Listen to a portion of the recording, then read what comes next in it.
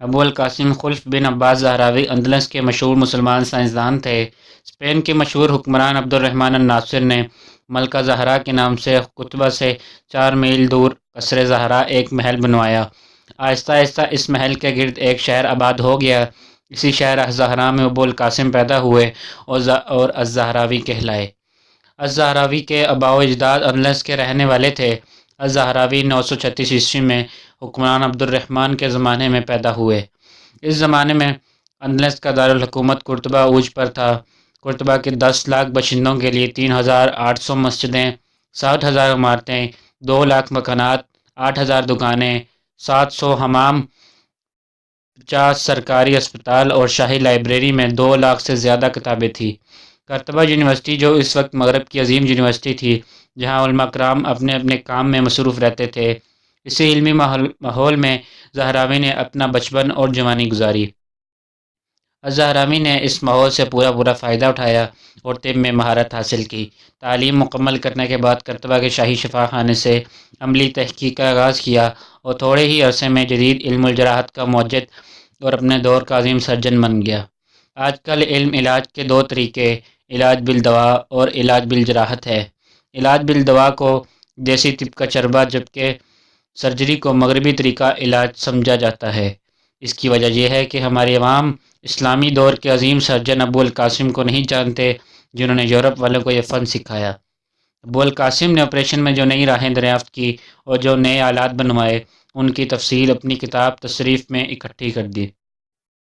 یہ کتاب صدیوں تک یورپ کی درسگاہوں میں پڑھائی جانے والی سرجری کی واحد کتاب رہی ہے۔ اس کتاب میں طب اور جراحت دونوں کی تفصیل ہے۔ اس سے پہلے طب پر اور بھی معیاری کتب تھی، لیکن علم جراحت پر یہ پہلی اور مفصل کتاب ہے۔ کتاب کے 3 حصے ہیں۔ پہلا حصہ داغ دینے سے متعلق، جبکہ دوسرے اور تیسرے حصے میں عملی جراحت کی تفصیل اور مختلف اعمال جراحت کا بیان ہے، مثلاً دانت نکالنا، آنکھوں کا آپریشن کرنا، ہڈی جوڑنا اور پتھری نکالنا وغیرہ۔ مختصر یہ کہ 90% عمل جراحت کی تفصیل اور اس کے آلات کی تشریح اس کتاب میں تصاویر کے ذریعے کی گئی ہے۔ ہر آلے کی ساخت اور استعمال کا طریقہ بھی تصاویر کی مدد سے سمجھایا گیا۔ التصریف سے پہلے جراحی پر اس معیار کی کوئی کتب نہیں لکھی گئی تھی۔ علامہ عزیز، اس کتاب میں ایسی تصریحات بھی ہیں جس سے طبی دنیا اس سے پہلے بے خبر تھی۔ زہراوی کا طرز بیاں عام فہم اور سادہ ہے۔ وہ ہر موضوع کے عملی پہلو اور ان کے تمام رموز اس قدر تفصیل سے بیان کرتا ہے کہ کوئی تشنگی باقی نہیں رہتی۔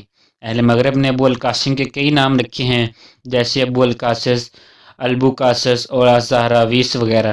18ویں صدی تک تمام مغربی مصنفین نے اپنی کتب میں ابو القاسم کی فنی قابلیت کو تسلیم کیا ہے اور اپنی کتاب میں تصریف کے حوالے بھی دیے ہیں، جبکہ بعض نے صاف اعتراف کیا کہ کامل استاد ہے اور اہل یورپ نے ان سے بہت کچھ سیکھا ہے۔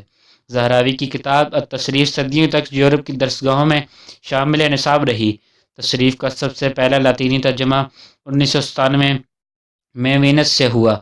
1541 عیسوی میں عربی متن اور لاطینی ترجمہ ایک ہی جلد میں باسل سے شائع ہوا۔ 1881 میں اس کا فرانسیسی زبان میں ترجمہ کیا گیا اور مترجم ڈاکٹر لی کارک نے اسے سرجری کی شاہکار کتاب قرار دیا، جبکہ یورپ والوں نے ترجمے کے ساتھ ساتھ اس کی شرحیں بھی لکھی۔